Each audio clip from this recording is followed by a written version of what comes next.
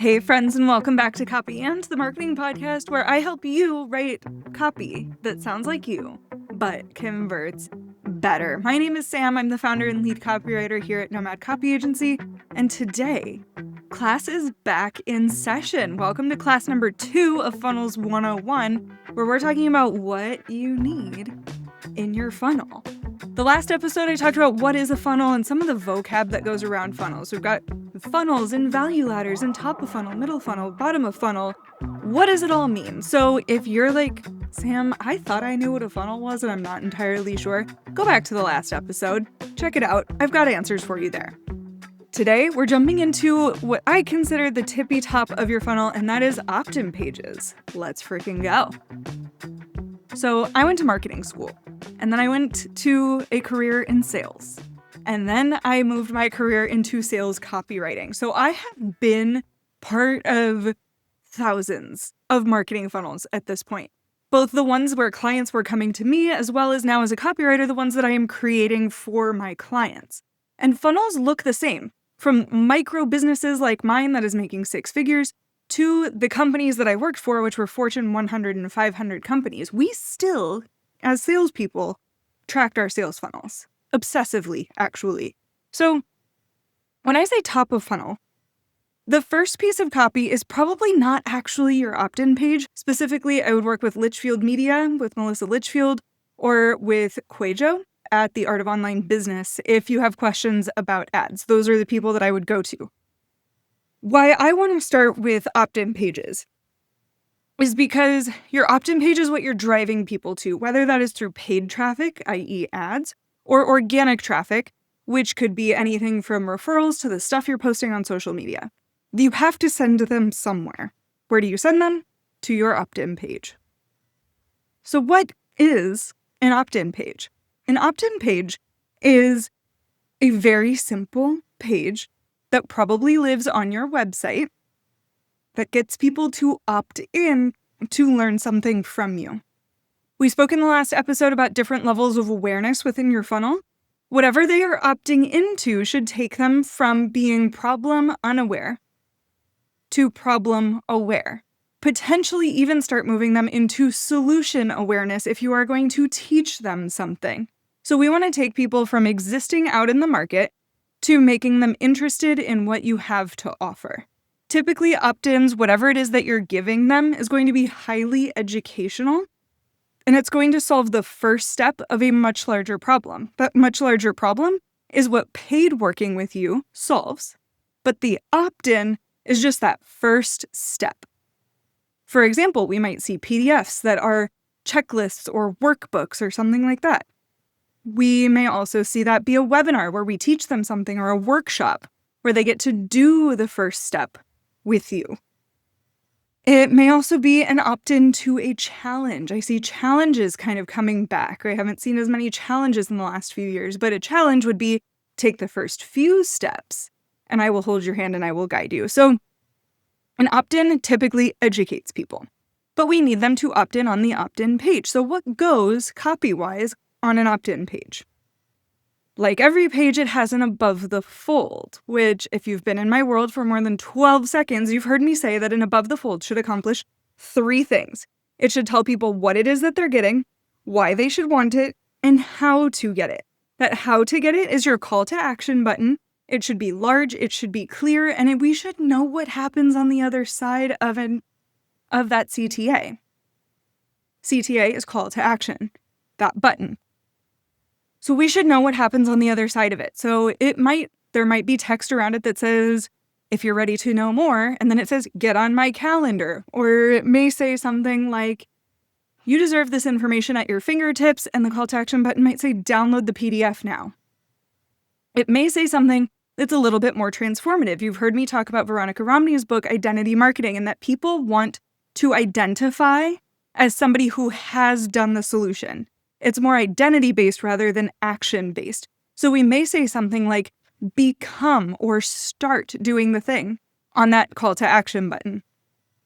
Again, I have other episodes on all the different parts of the above the fold, and I will make sure that those are linked in the show notes. Your opt-in page needs to have an above the fold, telling people what it is, why they should want it, and how to get it. Honestly, you could leave your opt-in page there. You do not need to have more than that. Why? Because we've seen people opt in based on a footer on a website. We see people opt in from pop-ups. So your pop-up and your above the fold text could be very, very similar. However, there's nuance to this, as always. Where that nuance comes from is how did people get to your opt-in page? If people came from ads, they might not know you.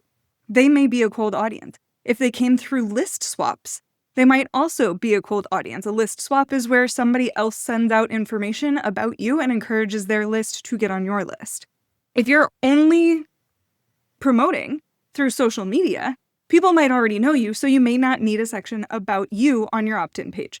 So below the fold, what do you need? You may want to add something about who you are. This is Sam and she's a nomad. She's visited this many countries and she's really fun and has great hair. No, this is what is your authority to teach them this thing. People love statistics. A great way to do this would be to say something like, we'll say Chelsea is a launch manager. We'll say after managing over 30 launches in 2025, Chelsea realized one thing was holding people back from having successful launches. Click here to learn what that is and how you can prevent making the same mistake in your launch. That's an about section. We just built her authority and then drove people back to the call to action. Other things you may want to have on an opt-in page are a little bit more details about what they're receiving, especially if this is an educational event, such as a webinar, masterclass, something like that. We may want to build out some information on this opt-in page telling them what they're going to learn, maybe a few key points so that they can be sure that this is for them. However, anything more than a few scrolls is too much for an opt-in page. Why? Because they are opting into something that is free. If you do a bunch of value adding and talk about what the investment could be, if you're adding a bunch of information about what's involved and how much it's valued at, it's going to end up seeming too good to be true. People are going to get lost in that page and they're not going to opt in. You want this to be as frictionless as possible. You simply want to get this person's information so that you earn the right to sell to them in the future, so that you can send them emails and reminders and invite them to the event if that's what you're doing. I have a few examples of this on my website and I'm going to link it in the show notes below. But I have an opt-in copy bot that will write your opt-in page for you. And honestly, it asks like 5 simple questions. As long as you know what it is and why people should want it, it's going to write that opt-in page for you in a matter of minutes. Also on my website, and I'm linking these below, I have 3 templates for different kinds of opt-in pages. So if you have a webinar or a masterclass that you're running, I've got a template for that, one for just a freebie that's a download, typically a PDF. And I have a third one that is for challenges specifically. If you are running a challenge, there's so much nuance here. So I've got a template for you there as well. These will all be in the show notes.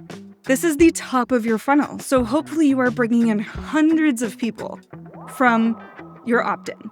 You want to drive as much traffic here as possible and make sure that people are actually opting in when they get on the page. This is a super important page to track your conversion rate on so that you know if people are falling out of your funnel.